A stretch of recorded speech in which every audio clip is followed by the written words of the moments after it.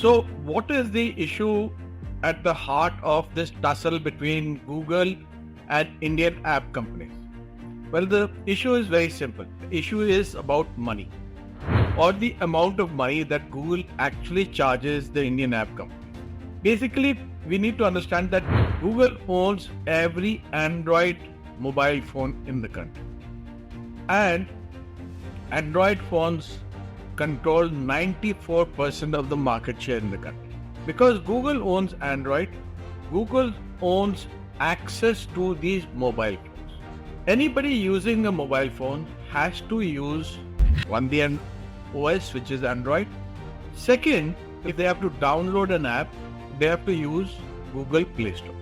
Now, the interesting thing is that Google does not charge you or me, who are the users of mobile phone, for the operating system.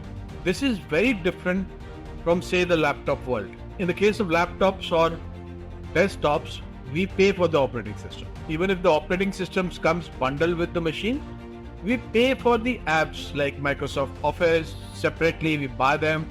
But we don't pay Google, or we don't pay Google Play Store for downloading any of the apps. We don't even pay Google for using some of these apps. And this is where the nub of the problem lies actually. The fact that Google does not charge users, Google actually charges the app companies. And what does it charge the app companies? Or how does it charge these app companies? That is very important to understand, because that is where the basic problem lies.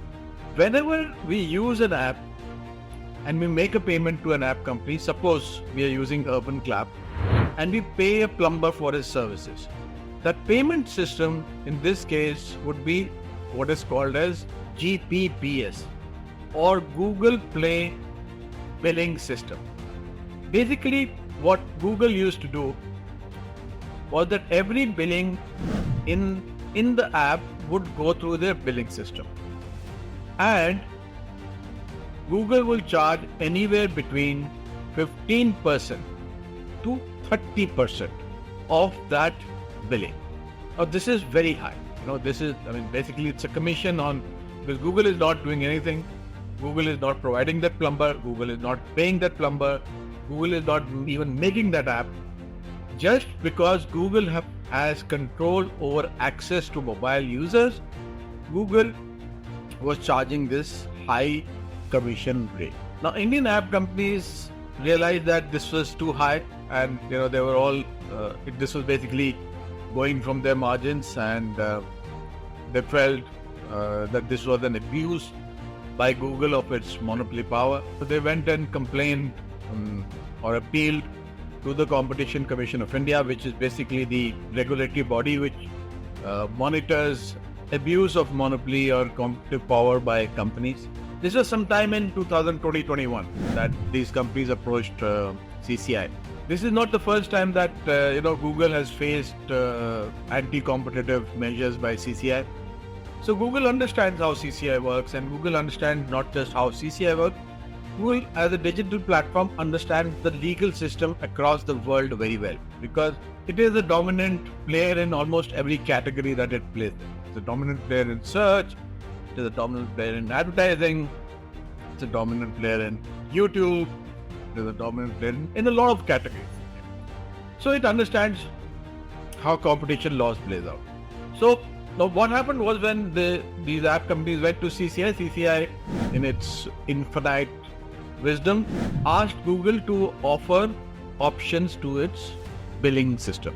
CCI did not open up the Play Store. CCI did not say anything about the monopolistic behavior, because it is very difficult to describe and define monopolistic behavior in the digital platform world, where the platform is not charging users, but it is charging businesses. So, this is also called as adjacent pricing model, where the basic product is free, but the pricing happens in an adjacent market, where in this case, the adjacent market is basically the app makers who pay for it.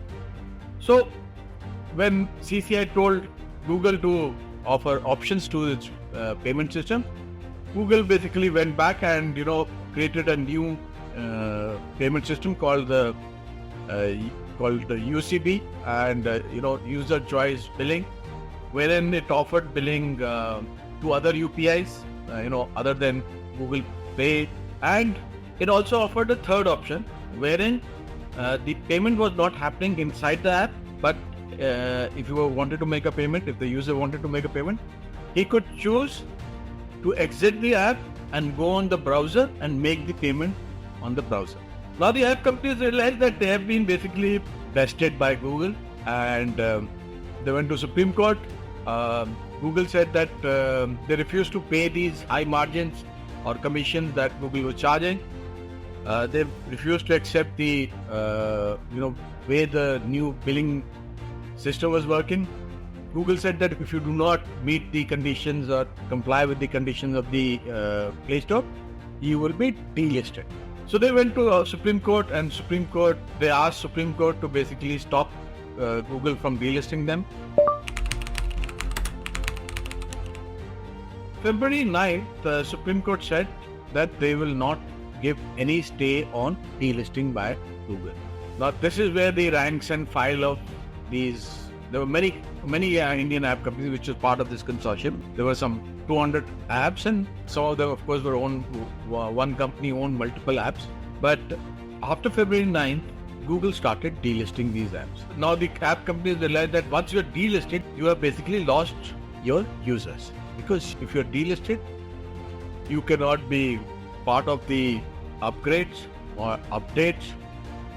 The user will not get any updates from you, and if you're delisted, your own billing system, your own payment system, everything gets disrupted. And for all these mobile app companies, that was like sudden death. So a lot of them started complying with the margin and commission requirement, and they went back to Google, and I'm sure they apologized for their behavior, etc., etc. But some of these companies approached the government of India, the Ministry of IT specifically, and they spoke to the Minister of IT, and the Minister of IT said, he gave a statement saying that Google should not be allowed to delist this company. But the government of India actually does not have a locus standi, because this is a matter between two private parties, and it's a contract between two private parties. Moreover, the contract itself is sub judice. It is being litigated by the app companies in Supreme Court. So the government of India cannot really intervene or do much. Even the law does not allow the government of India to intervene in this case directly and tell Google what to do or what not to do. It can't even tell the Indian app companies what to do or what not to do. So we've reached a stage, sooner or later, these companies will have to comply with the Google Play Store policies. They will have to, the users will have to choose billing payment systems. The app companies will have to choose the payment system.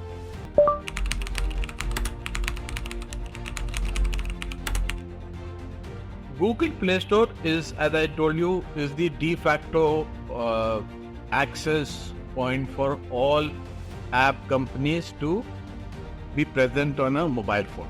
So a user has to goes through Google Play Store, and they're used to going through Google Play Store to download apps. There is a new option has been developed. One of the PhonePe has developed an option called Indus Play Store, which allows you to also download apps. And now that app, so you basically Google Play Store basically comes pre-installed for you. In the case of Indus Play Store, you'll have to download Indus Play Store, and from that you can download the apps that you want to do. So there is a second option available to Google Play Store. But this is not an option that everybody or the 800 or 900 million people who use mobile phone in India know about. Firstly. Secondly, this option will not come pre-installed, because this option is not linked to the Android operating system. Nor does Indus Play Store have a tie-up with every mobile manufacturer in the world who sells Android phones in India. So there is no pre-installation. Second, the link between Google Play Store and the OS is very, very close because both of them are owned, run, made by the same company. So any improvement that happens on the OS will automatically get reflected on the Play Store. This may not happen in the Indus Play Store. So it starts at not just the pre-installation debacle, but it also starts with the fact that it will be slightly less efficient than Google Play Store. Now, the third thing is that, to promote anything like Indus Play Store, if it is not coming pre-installed, PhonePe will have to spend an enormous amount of money in marketing and advertising to promote it. If it was able to spend that amount of money to promote it as the alternative to Google Play Store, maybe it will succeed in capturing consumer attention. But I doubt that it will become close competitor or even a worthwhile competitor to Google Play Store.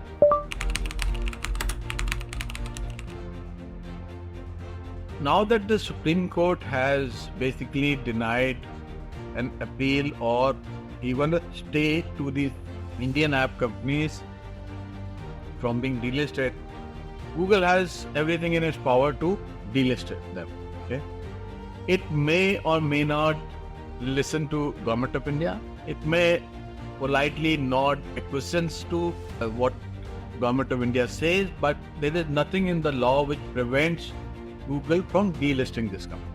A lot of these companies have already started, who are opposing Google, have already started complying with Google Play Store's requirement.